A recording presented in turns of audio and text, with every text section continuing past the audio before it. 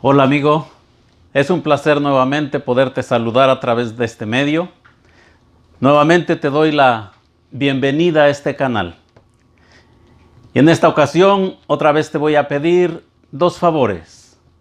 Número uno, que me ayudes a compartir este video con tus amigos.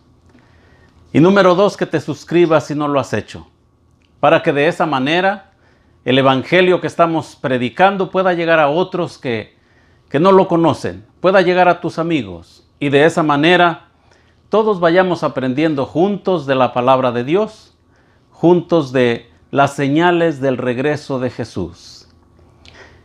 Este tema lo hemos titulado Última señal para salir de las ciudades. Última señal para salir de las ciudades. Antes de leer el texto, te voy a pedir de favor si inclinamos el rostro por un momento y oramos. Querido Padre Celestial, te damos gracias por la oportunidad que nos das de estar aquí nuevamente con el propósito de estudiar un poco tu palabra. Te pedimos que nos acompañes a través del Espíritu Santo. Bendice a cada persona que está mirando este video y ayúdanos a todos, Señor, a entender tu mensaje. En el nombre de Jesús. Amén. El primer texto que vamos a leer se encuentra en Mateo capítulo 24, versículo 14, y dice: Y será predicado este evangelio del reino en todo el mundo, para testimonio a todas las naciones, y entonces vendrá el fin.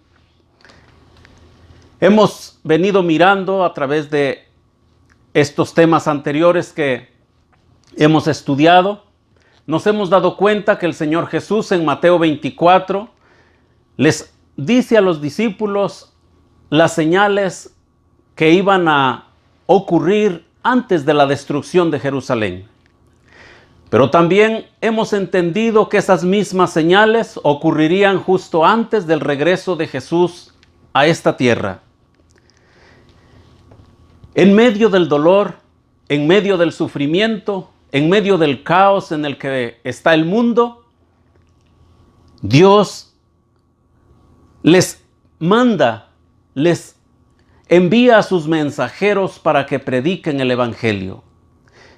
Otra de las señales que dice aquí Mateo 24:14 dice: y será predicado este evangelio del reino en todo el mundo.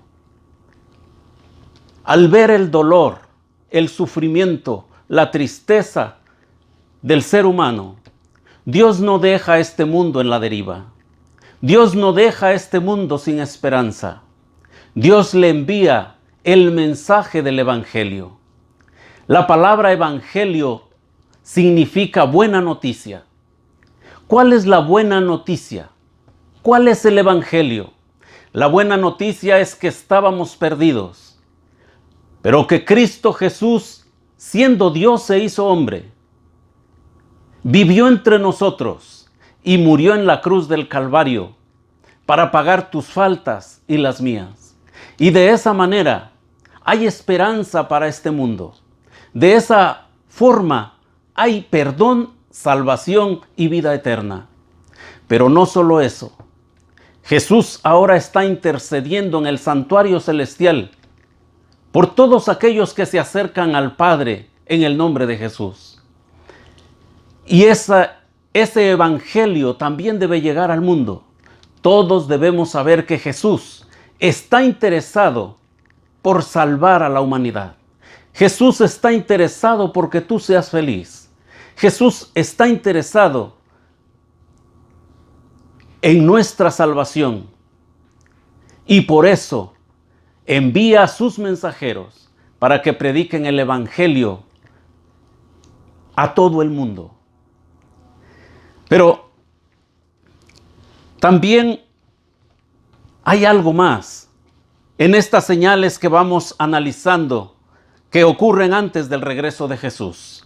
En Mateo capítulo 24, versículos 15 y 16, dice la palabra de Dios así: Por tanto, cuando veáis en el lugar santo la abominación desoladora de que habló el profeta Daniel, el que lee entienda. Entonces los que estén en Judea huyan a los montes. Interesante texto. El Señor comienza con estas palabras: por tanto, por lo que he dicho, por lo que ya hemos estudiado, por lo que está antes de este pasaje, cuando veáis. Estas dos frases nos llevan a entender que el Señor Jesús quiere alertarnos de algo.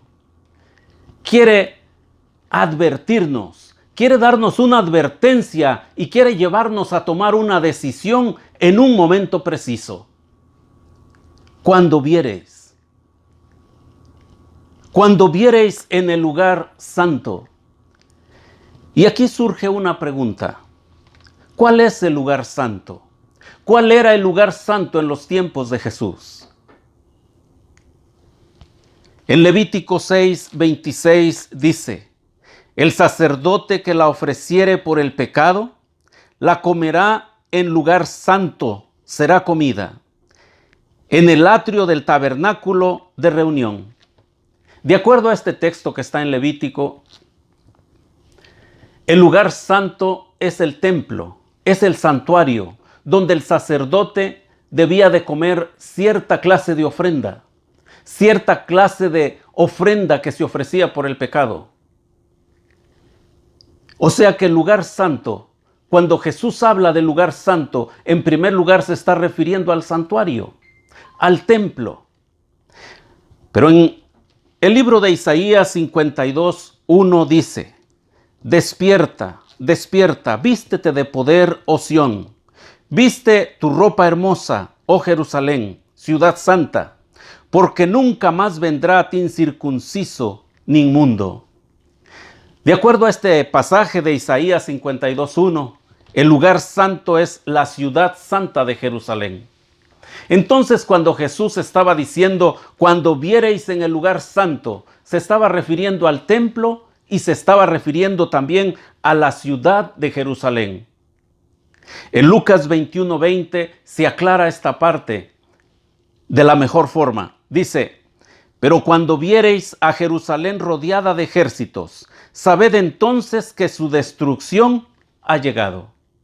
Entonces Jesús estaba advirtiendo primeramente a sus discípulos de que, dándole la señal de cuándo el templo y la ciudad iban a ser destruidas. Iba a llegar la ruina, iba a llegar la destrucción, la desolación. Pero hay una pregunta que debemos hacernos. Si el lugar santo para los discípulos era Jerusalén, era el templo, entonces ¿cuál es el lugar santo para nosotros ahora?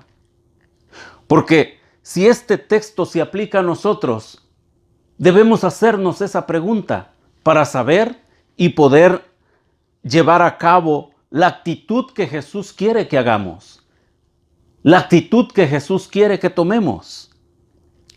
En 1 de Pedro 2:9 dice lo siguiente: mas vosotros sois linaje escogido, real sacerdocio, nación santa, pueblo adquirido por Dios, para que anunciéis las virtudes de aquel que os llamó de las tinieblas a su luz admirable.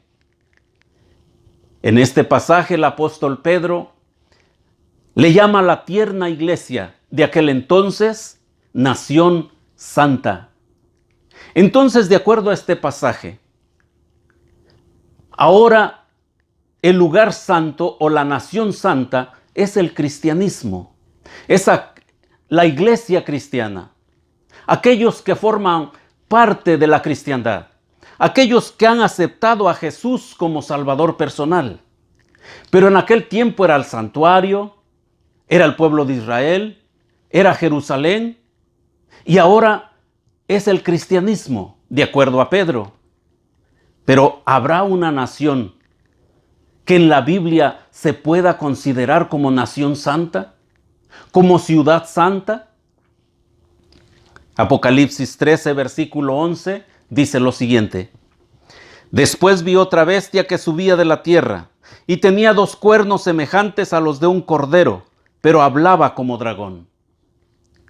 En este pasaje dice el texto que el profeta en su visión ve una bestia. Una bestia en la Biblia representa a un reino, a una nación, a un poder, a un imperio. La mayoría de las bestias que vemos en Daniel y en Apocalipsis suben del mar. Y el mar representa a pueblos, muchedumbres, naciones y lenguas. Pero esta bestia que ve el apóstol y que se menciona aquí, dice que sube de la tierra. Si el mar representa multitudes, entonces la tierra tiene que representar un lugar despoblado. Las otras bestias que se mencionan subieron en el continente europeo. Esta bestia, este poder, esta nación debe buscarse fuera del continente europeo, en otro lugar. Dice la característica de este poder, de esta nación, que tenía 2 cuernos semejantes a los de un cordero. Y en Juan 1:29 dice lo siguiente: el siguiente día vio Juan a Jesús que venía a él y dijo: he aquí el Cordero de Dios que quita el pecado del mundo. Si esta nación tenía cuernos como de cordero cuando la vio el profeta. Y el apóstol Juan está diciendo en Juan 1:29 que el cordero es símbolo de Cristo. Entonces, la nación que se menciona en Apocalipsis 13:11 se está refiriendo a una nación con principios cristianos. Y cuando buscamos esa nación fuera del continente europeo, encontramos solamente una nación con esas características. Y es la nación de los Estados Unidos de Norteamérica. Cuando esta nación fue fundada, de acuerdo a la historia, se fundó por aquellas personas que vinieron de Europa y vinieron en busca de un territorio para adorar a Dios de acuerdo a la Biblia. Entonces, en Europa no se podía adorar a Dios de acuerdo a la Biblia. Se tenía que adorar a Dios de acuerdo como el sistema papal había ordenado. En el continente europeo estaba siendo perseguida toda la persona que quería adorar a Dios de acuerdo al texto bíblico. Entonces estas personas, buscando un territorio donde adorar a Dios libremente, salieron de aquel lugar, se echaron al mar. Dios los guió, yo tengo la seguridad que Dios los guió hasta Estados Unidos, a las playas de Massachusetts. Allí llegaron y de esa forma comenzaron a formar la nación de los Estados Unidos sobre el fundamento de la libertad civil y la libertad religiosa. Fue la primera nación en el mundo que hizo eso. Y esta nación comenzó a prosperar hasta llegar a lo que es ahora, una nación fuerte, una nación próspera, una nación donde muchas personas del mundo quieren formar parte de ella. En el comentario bíblico adventista tomo 7, página 834 dice: 2 cuernos representan las 2 notables características del sistema norteamericano de gobierno: libertad religiosa y civil, ambas garantizadas en la Constitución de los Estados Unidos. De acuerdo a este comentario, este pasaje apunta a los Estados Unidos de Norteamérica. La bendición que Dios derramó sobre los Estados Unidos es la bendición que siempre quiso darle a su pueblo. Pero el pueblo judío, cuando rechazó a Cristo, rechazó la bendición, rechazó la paz, rechazó la prosperidad. Dios bendijo grandemente a esta nación porque fue fundada sobre estos 2 principios. Fue la primera nación que inició dando libertad religiosa y civil. En el libro Conflicto de los Siglos, página 435, dice: una nación y solo una responde a los datos y rasgos característicos de esta profecía. No hay duda de que se trata aquí de los Estados Unidos de Norteamérica. Entonces la nación santa, el pueblo santo, es el cristianismo, pero hablando de los Estados Unidos de Norteamérica. O sea que Estados Unidos es la sede del cristianismo, de acuerdo a la Biblia y de acuerdo a Apocalipsis. Es la sede del cristianismo. Dios usó a esta nación para defender su iglesia. Dios usó esta nación para que se predicara el evangelio al mundo. Y Dios sigue cuidando de esta nación hasta el día de hoy. ¿Por qué? Porque fue fundada sobre estos dos principios: libertad civil y libertad religiosa. Pero viene otra pregunta. En el texto que estamos estudiando dice que cuando viereis la abominación desoladora, cuando viereis en el lugar santo la abominación desoladora. Ya vimos qué significa el lugar santo. Pero, ¿qué es la abominación desoladora? En el libro de Ezequiel, capítulo 8, Ezequiel tuvo una visión y el Señor le comienza a presentar lo que estaba ocurriendo en el pueblo de Israel. Y en el capítulo 8 le presenta la lista de las abominaciones que estaba cometiendo el pueblo. Habían llevado ya las imágenes de los dioses paganos al templo. Había mujeres que estaban llorándole, haciéndole luto a Tamuz. Habían mezclado el paganismo con su religión. Dios eso lo vio como abominaciones que estaba cometiendo el pueblo. En el mismo templo había imágenes pintadas, imágenes de los dioses cananeos. Pero cuando leemos Ezequiel 8:16, nos damos cuenta que allí están cometiendo la peor de las abominaciones. Y dice el texto así: y me llevó en el atrio de adentro de la casa de Jehová, y he aquí junto a la entrada del templo de Jehová, entre la entrada y el altar, como 25 varones, sus espaldas vueltas al templo de Jehová, y sus rostros hacia el oriente, y adoraban al sol, postrándose hacia el oriente. De acuerdo a este pasaje, la peor de las abominaciones fue que llegaba el pueblo al templo. Llegaban al lugar correcto, pero no adoraban a Dios. A Dios les daban la espalda. Al lugar santo le daban la espalda. Al santuario le daban la espalda. A la ley de Dios le daban la espalda. Y se encorvaban, dice el texto, hacia el oriente y adoraban al sol. En el templo de Jehová se reunían, pero no para adorar a Jehová, sino para darle la espalda a Dios, para darle la espalda a su santa ley y para adorar el sol. Tremendo, qué triste.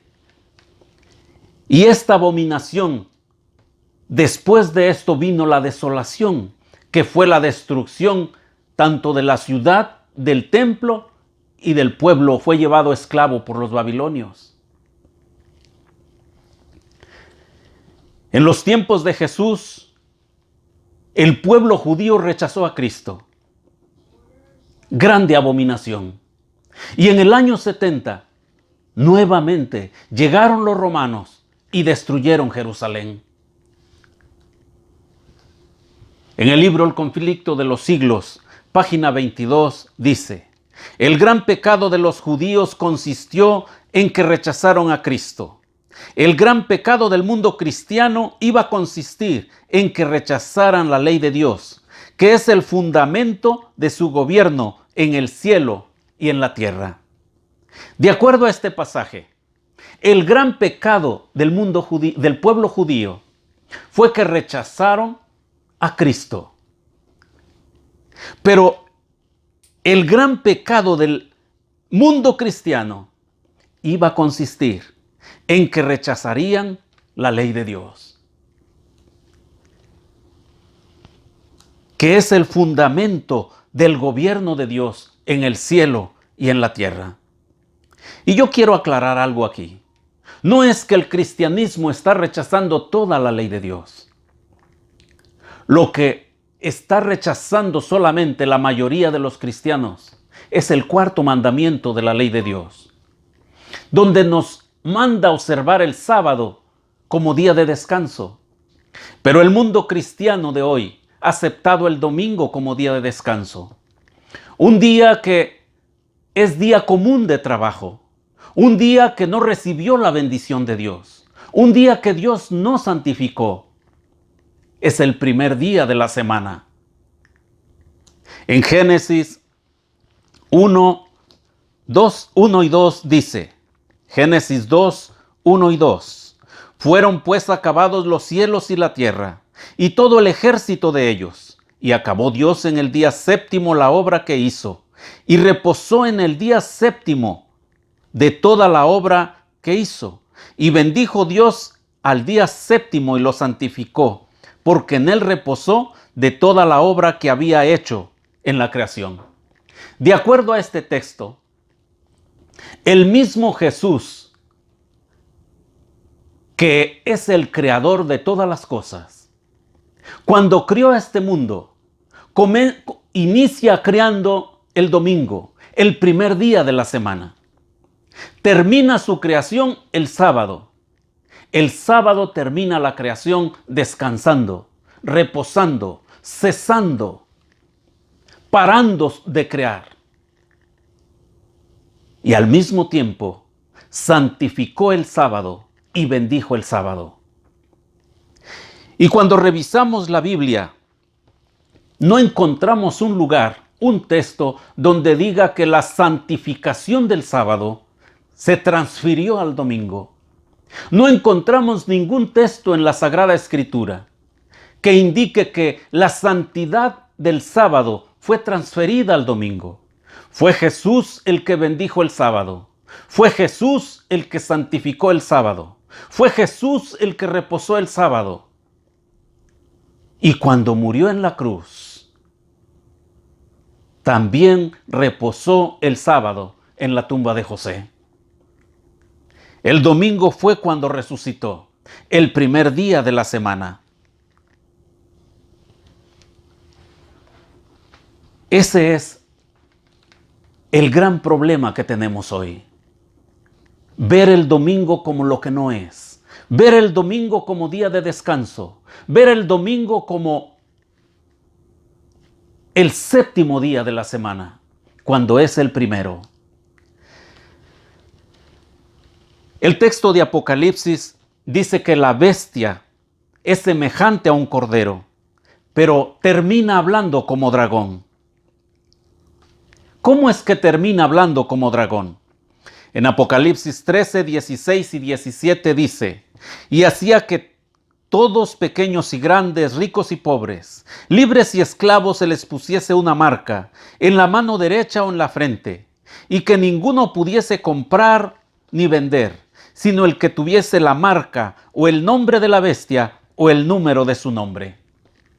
De acuerdo a este pasaje, hay un periodo de tiempo en la historia de Estados Unidos cuando se termina la libertad religiosa. Hay un momento cuando ponen leyes Estados Unidos, aún violando su constitución o cambiándola, donde obliga a sus ciudadanos a que observen el domingo como día de descanso. Porque dice que hace que todos tengan una marca. Y cuando hablamos de esta marca, sé que hay muchas personas, muchos predicadores que están enseñando que la marca es el microchip que van a poner, la identificación de radiofrecuencia. Pero, de acuerdo a la Biblia, la marca tiene que ver con un día de descanso. Y no será el sábado, será el domingo. El día de descanso que ordenarán que se observe como día santo, como día del Señor. Aunque el día del Señor en la Biblia es el sábado. Entonces, entendamos, Estados Unidos hasta hoy tiene libertad religiosa, pero llega un momento en que esa libertad se termina. Y así como van cumpliéndose las señales de Jesús rápidamente, entonces quisiera yo que prestáramos atención también a esto, porque es otra de las señales que el Señor Jesús nos dejó en Mateo 24. Y esta señal que vamos analizando, de acuerdo al texto que leímos al principio, es una señal para que todos los que vivamos en las ciudades salgamos de ellas. Es una señal de que el regreso de Jesús está a las puertas. Cuando nosotros veamos que Estados Unidos pone leyes que obligue a sus ciudadanos a observar el domingo como día de descanso, es la última señal para abandonar las ciudades y irnos a vivir fuera de ellas. ¿Por qué? Porque de ahí en adelante vendrán desastres peores a las ciudades grandes. De ahí en adelante será difícil sobrevivir en las ciudades. Por eso el Señor nos advierte, porque Él nos ama y Él quiere lo mejor para nosotros. Él quiere que nosotros prestemos atención a las señales para que de esa manera salgamos victoriosos en esta lucha que está por desatarse. El Señor Jesús también dice que de lo que habló el profeta Daniel, dice el texto que estamos estudiando: por tanto, cuando viereis en el lugar santo la abominación desoladora de que habló el profeta Daniel. ¿De qué habló el profeta Daniel? Hay tres partes donde el profeta Daniel menciona la abominación de la desolación. En Daniel 9:27, él hace mención de esto. Ese pasaje se refiere al rechazo de los judíos a Jesús. Y como resultado, la destrucción de Jerusalén, la destrucción de la nación judía y la destrucción del templo. Pero también Daniel hace mención de esta frase en Daniel 11:31. Y ese texto se aplica al momento cuando la iglesia cristiana mezcla la política con la religión en el año 538. Y de esa manera comienza a usar el sistema papal a la autoridad civil y a perseguir a toda aquella persona que no aceptaba la religión como ellos la imponían. Pero en Daniel 12:11 también vuelve a hacer mención el profeta. Y ese pasaje se aplica a este último tiempo, al tiempo cuando la cristiandad aceptará el domingo como día de descanso, aunque no se encuentre en la ley de Dios, incluyendo a Estados Unidos, que iniciará poniendo esta ley. Pero como Estados Unidos es el ejemplo del mundo, entonces muchos países en el mundo seguirán su ejemplo, o mejor dicho, todos los países del planeta elegirán el domingo como día de descanso y forzarán a sus ciudadanos para que observen el domingo como día de descanso, ya sea por convicción o ya sea por conveniencia, ya sea por gusto o ya sea por la fuerza. Pero más aún, obligarán al pequeño grupo que esté observando los mandamientos de Dios a que pisotee el sábado del cuarto mandamiento. El pasaje de Jesús, el versículo 15 termina diciendo: el que lee, entienda. El que lee, capte el significado de las cosas. El que lee, preste atención. Entienda lo que se está leyendo. Entienda lo que se está diciendo. Y en el versículo 16 de Mateo 24 dice: entonces los que estén en Judea huyan a los montes. Una advertencia primeramente para el pueblo de Dios. Cuando el ejército romano sitiara Jerusalén, era el tiempo de abandonar la ciudad. Pero para nosotros ahora, cuando entre la ley dominical en Estados Unidos, es el momento de salir de la ciudad de Estados Unidos. Es el momento de abandonar las grandes ciudades. Es el momento de comenzar a vivir fuera de las ciudades. Termino con el pasaje que está en Marcos 13:29 y dice: así también vosotros, cuando veáis que suceden estas cosas, conoced que está cerca, a las puertas.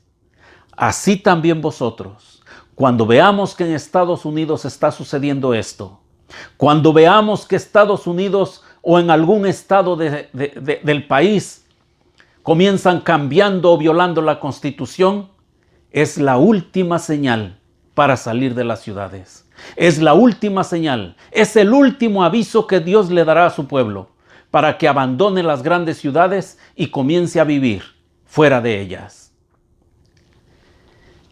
¿No es maravilloso lo que Jesús nos dejó en Mateo capítulo 24?